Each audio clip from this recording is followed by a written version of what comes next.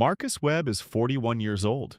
He works as a regional logistics manager for a mid-sized distribution company in Columbus, Ohio. He has held that title for 6 years. Before that, he was an assistant manager for 4. Before that, a floor supervisor for 3. He has, in other words, spent 13 years inside the same building, or buildings exactly like it, doing work that requires his full attention and offers him, in return, a salary of $74,000 a year, 2 weeks of paid vacation, and a health insurance plan with a $3,200 annual deductible. Marcus is not poor. He is also not comfortable. He exists in the particular American purgatory of earning enough to feel like complaining is ungrateful, but not enough to feel like anything is actually fine. He wakes up at 5:47 most mornings, not because his alarm is set for 5:47, but because his body has learned that sleep past that hour is no longer permitted. He has a coffee. He checks his phone. He drives 34 minutes to work. He sits mostly. He makes decisions mostly. He eats lunch at his desk 4 days out of 5, usually something he brought from home, usually something quick, usually something that gets the job done without requiring him to think about it. He is, by every visible metric, a functioning adult living a normal life. Except that Marcus has had a persistent dull ache in his lower back for 3 years. He has mentioned it to his doctor once. His doctor said it was probably posture. Marcus bought a lumbar pillow. The ache continued. He has also gained, by his own rough accounting, about 22 pounds since he turned 35. Not dramatically, a little each year. Enough that his clothes fit differently. Enough that he notices in photographs. Not enough that anyone says anything, because no one says anything about these things until they become impossible to ignore. He sleeps, technically, but he wakes up tired. He has been waking up tired for so long that he no longer registers it as a symptom. It is simply the texture of mornings, and Marcus, if you asked him, would tell you he is doing okay. He would believe it when he said it. This is not a story about Marcus being unhealthy. It is a story about what health actually costs, not in the abstract and not as a moral failing, but as a precise, measurable function of economic position. And once you understand the actual mechanics of that relationship, the word healthy starts to mean something entirely different. Because what Marcus is experiencing is not a personal failure of discipline or motivation. It is the predictable biological output of a specific income bracket. His back pain, his weight, his fatigue, his relationship to his own body. These are not accidents. They are downstream effects of a set of structural conditions that determine, with remarkable consistency, what your body looks like, how long it functions, and when it stops. We don't usually talk about health this way. We talk about it as a matter of choices. Eat better, move more, sleep enough, manage your stress. The implication is always that you have equal access to those choices. That the difference between the person who does these things and the person who doesn't is primarily a matter of will. That framework is not just incomplete. It is actively misleading, and it costs people years of their lives. Let's establish the actual landscape. At the bottom of the income distribution, households earning under $30,000 a year, the relationship between money and health is stark and well documented.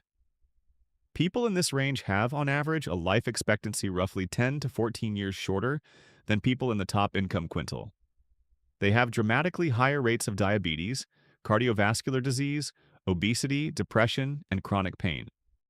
They have less access to preventive care, less ability to take time off when sick, and more frequent exposure to the kinds of environmental and occupational stressors that compound over decades into serious physiological damage. But here's what gets less attention.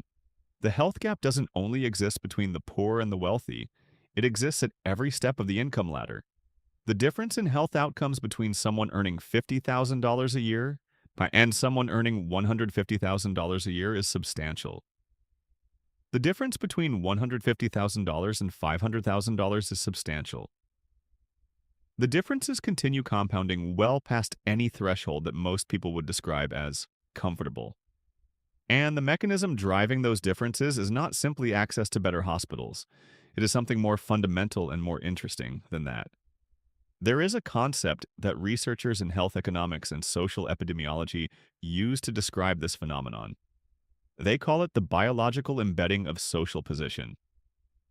The idea is this: your place in an economic hierarchy does not just affect your material circumstances, it affects your physiology. It changes literally and measurably how your body ages. The mechanism works through what's called allostatic load, the cumulative wear on biological systems that results from chronic stress adaptation. When your body encounters a threat, financial uncertainty, job insecurity, unpredictable scheduling, the ambient pressure of not having enough margin to absorb a single unexpected expense, your stress response systems activate. Cortisol rises, inflammatory markers increase. Your immune system shifts into a defensive configuration that, over time, is expensive to maintain. This is not metaphorical. You can measure it in blood panels. You can see it in the structure of cells. The critical insight is that this response is not proportional to the magnitude of the individual stressor. It is proportional to the continuity of it. Brief, intense stress that resolves, the kind that high performers often describe as motivating, is metabolically very different from low-grade, unresolvable stress that simply continues. And low-grade, unresolvable stress is the precise texture of economic precarity. Not crisis, not disaster, just the permanent low-frequency hum of not quite enough margin. Marcus does not lie awake in acute terror. He lies awake because there is always a decision sitting somewhere between him and sleep. Whether to fix the car now or wait. Whether the quarterly bonus will come through. Whether to schedule the physical he's been putting off, given the deductible. None of these are catastrophes. All of them are chronic, and chronic is the word that kills you slowly. Now let's map this across the full wealth spectrum, because the relationship is not linear. It shifts character at different thresholds, and understanding those shifts is what makes this framework actually useful. Between $0 and $40,000 annual income, the dominant health determinant is access. Can you afford food with enough nutritional density to sustain your body? Can you afford a doctor visit that doesn't require you to choose between that and rent? Can you work fewer than 60 hours a week?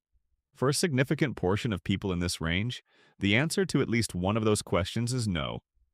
The health consequences are severe and they accumulate early. People in this bracket often enter their 40s with biological profiles that resemble what the data associates with people a decade older. Between $40,000 and $120,000, and where Marcus sits, the dominant health determinant shifts from raw access to what we might call structural time poverty. You can technically afford food, you might have insurance, but you cannot afford the time that health actually requires. A gym membership is $50 a month. The hour each day to use it consistently over years is a different kind of currency. Sleep is free. 8 hours of it when you are managing a household, commuting, working long hours, and trying to maintain some version of a personal life is not. Preventive care exists. Taking half a day off work to sit in a waiting room, possibly twice because your insurance requires a referral, costs you something that feels, in the ledger of a busy life, like more than it's worth. This is the subtle trap of the middle-income health experience. It looks like a choice problem from the outside. From the inside, it feels like arithmetic. There are only so many hours. There is only so much money. Health is something you intend to address when things calm down. Things do not calm down. Between $120,000 and $400,000, a meaningful threshold is crossed. Not because the money itself is curative, but because money at this level begins to purchase what the previous tier couldn't: time sovereignty. You can pay someone to handle logistics that previously consumed your bandwidth. You can join a gym close to your office. You can afford the version of food that doesn't require as much cognitive overhead to prepare. You can take the appointment without losing income. These seem like small things. Over 10 years, across every system in your body, they are not small at all. The wealthy don't live longer primarily because they eat organic food or take better supplements. They live longer because they have the structural conditions that make consistency possible. And consistency is the entire game in human physiology. It is not what you do once, it is what your body can count on you doing indefinitely, without it costing you more than you can afford to give. Marcus discovers some of this gradually in the particular way that people in their early 40s begin to discover things they should have been told in their 20s. It starts with a conversation. His brother-in-law, David, who works in pharmaceutical sales, earns around $160,000 and has, Marcus notices, looked increasingly healthy over the past few years. Mentions something at a family gathering, not advice, just observation. David had switched to a different kind of primary care relationship, not the standard insurance-covered GP practice. A direct primary care arrangement, a flat monthly fee around $80 a month that buys him same-day access, extended appointments, a doctor who actually knows his name and his history, and proactive monitoring rather than reactive treatment. Marcus does the math instinctively, the way people in his bracket always do the math. $80 a month is $960 a year. His deductible is $3,200. The DPC model wouldn't replace his insurance. He'd still need that for catastrophic coverage. It would be additional.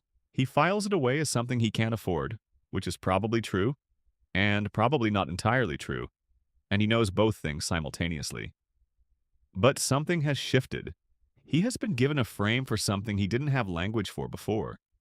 He had been treating his health as an emergency response system, something you engage when something goes wrong.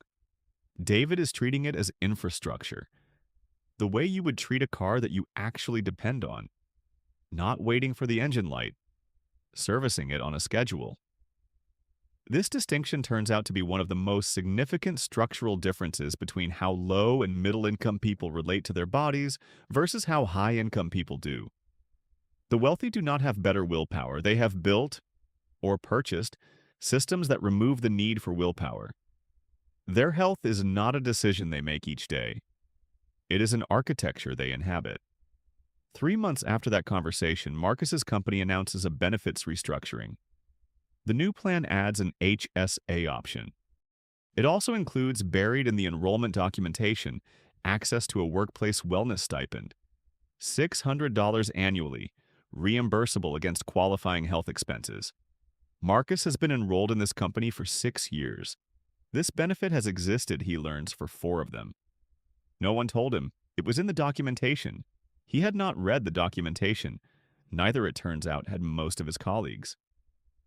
This is not an accident of communication. Companies that offer benefits with low redemption rates save money. The design of benefits packages often reflects, sometimes deliberately, the understanding that complex enrollment processes and low visibility line items will result in exactly this outcome. It's not that Marcus was deceived, it is that the system was not designed to make it easy for him to benefit from it, and the difference between those two things is functional, even if it isn't legal. Marcus uses the $600. He gets a full blood panel done, the kind his standard annual physical wouldn't have covered, and discovers that his fasting glucose is in the pre-diabetic range. His vitamin D is severely deficient. His sleep, which he knew was poor, turns out to be architecturally poor in a specific way that has a specific name and a specific intervention. None of this is catastrophic. All of it is actionable. None of it would have surfaced without the test. He is 41 years old. These numbers have probably been trending in this direction for 5 years. The conversation Marcus has with his doctor is brief and informative and leaves him with a feeling he can't immediately name. Later, he identifies it. It is the feeling of having been failed by a system that was never actually designed to serve him, and of having participated in that failure without knowing it. His doctor is competent. His insurance is real. His access is, by global standards, extraordinary. And yet, 5 years of trending in the wrong direction and not a single flag. Not because his doctor was negligent, but because the system is designed around acute events, not trajectories. It is optimized for catching you when you fall, not for keeping you upright. Preventive medicine in most American insurance architectures is something of a philosophical afterthought. Present in the marketing, structurally under-resourced in the practice. The people who navigate this gap effectively are, overwhelmingly, people who either understand the system well enough to exploit its margins, or who have enough money to build a parallel, private pay system alongside it. Marcus, like most people, was doing neither. He was simply trusting that the structure was looking after him, because nothing had gone obviously wrong yet. At the highest levels of wealth, and we are now talking about net worth figures above $3 to $5 million, or income exceeding $500,000 annually, health stops being managed and starts being optimized. This language shift is intentional and meaningful. Marcus can't buy that architecture, but he can understand it. And understanding, when it is precise enough, is the beginning of something that looks less like wellness content and more like strategy. That is all this is. Not inspiration, not a plan. Just the actual shape of the system you are already inside.